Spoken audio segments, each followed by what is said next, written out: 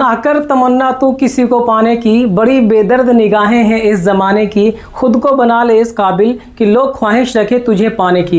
Hello दोस्तों, आप सभी का स्वागत है हमारे यूट्यूब चैनल इंग्लिश गुरुजी पर। और आज हम लोग पढ़ने जा रहे हैं प्रेजेंट कॉन्टिन्यूअस टेंस। ये बहुत ही आसान सा चैप्टर है, बिल्कुल 4 से 5 मिनट में फिनिश कर देंगे इसको हम लोग, ठीक है। तो प्रेजेंट कॉन्टिन्यूअस में अगर आपको ध्यान देना है, इसकी पहचान जो होती है हिंदी में अगर देखें तो रहा है, रही है, रहे हैं, ये लगा होता है। जैसे आप बोले यहाँ पे मैं जा रहा हूँ, मैं खा रहा हूँ, वह खा रही है, मैं सो रहा हूँ, इस तरह का सेंटेंस में लास्ट में रहा है, रही है लगा होता है। कभी कभी क्या होता है, कोई ऐसी काम है जो कंटिन्यू चल रहा है, जैसे मैं खड़ा हूँ तो आपको रहा रही नहीं दिख रहा है, लेकिन ये अंडरस्टूड है कि कोई काम जो है जारी है, ठीक है। मतलब any action which is going on continuously in present, ठीक है, वर्तमान में कोई काम लगातार चल रहा होता है, उसे प्रेजेंट कॉन्टिन्यूअस टेंस कहते हैं। जैसे यहाँ पे लिख भी दिया गया है, here the work is going on continuously in present time, लगातार चल रहा है। मैं बैठा हूं तो आप बोलोगे बैठे हूं तो रहा रही आ नहीं रहा, तो वो प्रेजेंट कॉन्टिन्यूअस टेंस हुआ? बिल्कुल होगा। क्यों? क्योंकि वो बैठा हुआ तो वो भी तो काम चल रहा है ना वहां पे, ठीक है। जैसे मैं बोल रहा हूं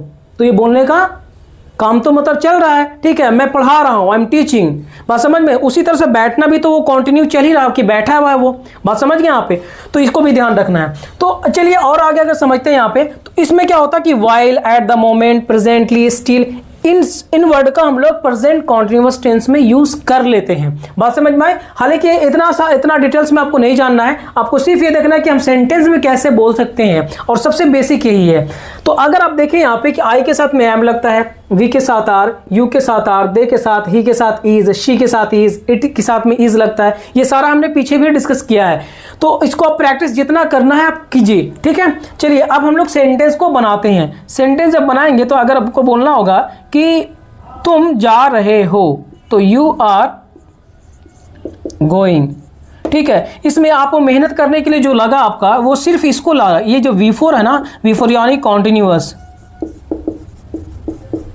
सिर्फ इसको आपको ध्यान देना, गोइंग। ये तो पहले से हमने प्रैक्टिस करवा दिया है, ठीक है, फाइन। यू आर गोइंग मतलब हो गया ये कि आप जा रहे हैं। You are going, she is going, he is going, he is not going, they are dancing, they are not dancing, we are playing, we are not playing, they are not playing, am I playing, am I speaking, am I thinking, am I writing, ऐसे, ठीक है। अगर मैं बोलूं यहाँ पे कि रिया is sleeping, रिया जो है वो सो रही है, रिया सो रही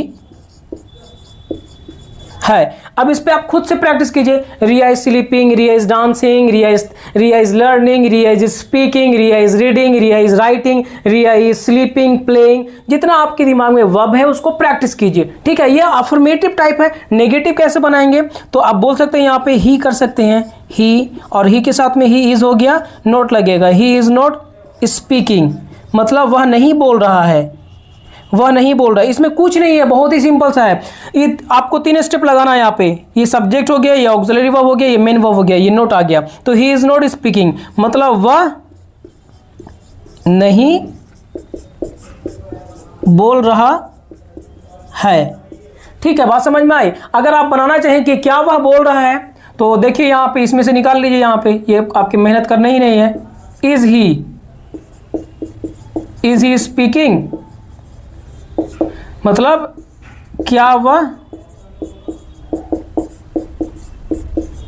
बोल रहा है। Is he speaking, is he dancing, is he learning, am I speaking, are you coming tomorrow, are you dancing, are you sleeping, are you washing, are you writing, are you reading, are you thinking, are you planning, are you watching videos, you are going, you are speaking, you are learning, you are thinking, you are planning, you are reading a book, you are beating, you are not beating, are you beating, ठीक है। इस तरह से आप practice कीजिए। अगर आप इस तरह से प्रैक्टिस करते हैं तो डेफिनेटली एक टाइम आएगा कि आप लगातार बोल पाएंगे बिना फंबल हुए, हकलाए हुए, ठीक है। Like so many people they are try to speak, but if they really they want to improve they have to speak, बोलना ही पड़ेगा बोलने के लिए, ठीक है।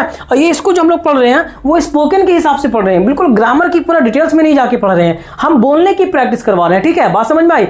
अब ये जो हमने आपको ये करवाया है, इसका नेक्स्ट जो पार्ट आएगा, नेक्स्ट लेक्चर जो आएगा सेशन, उसमें हम हम इसको सेंटेंस में कैसे आपको बुलवाएंगे, पैराग्राफ में पहले सेंटेंस करवाएंगे फिर पैराग्राफ करवाएंगे, ठीक है। तो आज के लिए इतना ही, आप खुद से प्रैक्टिस कीजिए।